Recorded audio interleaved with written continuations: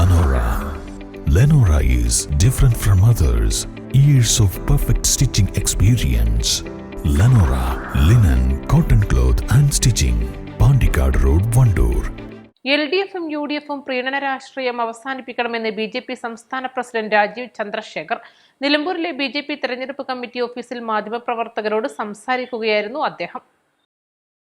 നിലമ്പൂരിൽ റീൽസ് ഇട്ട് മത്സരിക്കുകയാണ് ഇരു പാർട്ടികളും ചെയ്യുന്നത്. നിലമ്പൂരിൽ ഒരു വികസന പ്രവർത്തനങ്ങളും 10-60 വർഷമായി നടന്നിട്ടില്ല. വികസനമല്ല ഇരു പാർട്ടികളും ലക്ഷ്യം വെക്കുന്നതെന്നും വർഗീയ ചേരിതിരിവ് ഉണ്ടാക്കാനാണ് ഇവർ ശ്രമിക്കുന്നതെന്നും അദ്ദേഹം ആരോപിച്ചു. ഈ നിലമ്പൂർ ഇലക്ഷനിൽ എന്താണ് UDF-ഉം LDF-ഉം നന്നായിട്ട് റീൽസും ഫ്ലെക്സ് എല്ലാം ഒട്ടിച്ച് അവിടെ പ്രവർത്തിക്കുന്നുണ്ടല്ലോ. എന്താണ് BJP NDA ഈ റീലിന്റെ ഡിപ്പാർട്ട്മെന്റിൽ കുറച്ചൊരു പിന്നോട്ട് നിൽക്കുന്നത്? ഒരു ചോദ്യം. അപ്പൊ ഞാൻ പുള്ളിക്കാരനോട് ഒരു മറുപടി ഇന്നലെ പറഞ്ഞു, ഇന്നും പറയുന്നു. ഈ LDF-ഉം UDF-ഉം ജനങ്ങൾ വിശ്വസിച്ച് എത്രയോ കൊല്ലം അവസരം കൊടുത്തതായിരുന്നു ഇവിടെ ഭരിക്കാൻ. അവര് ഒന്നും ചെയ്തില്ല, ചെയ്യാൻ പോകുന്നുമില്ല. അതുകൊണ്ട് അവരൊരു ഫുൾ ടൈം രാഷ്ട്രീയമാണ്.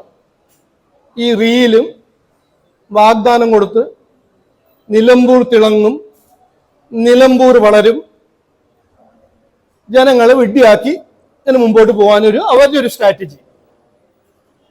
ഈ നിലമ്പൂർ തിളങ്ങും, നിലമ്പൂർ നന്നാവും, നിലമ്പൂർ വളരും എന്ന് പറഞ്ഞ രണ്ട് പാർട്ടികളാണ് ഇവിടെ 40-45 കൊല്ലമായിട്ട് ഭരിച്ചത്. നിലമ്പൂർ ഒന്നും തിളങ്ങിയില്ല,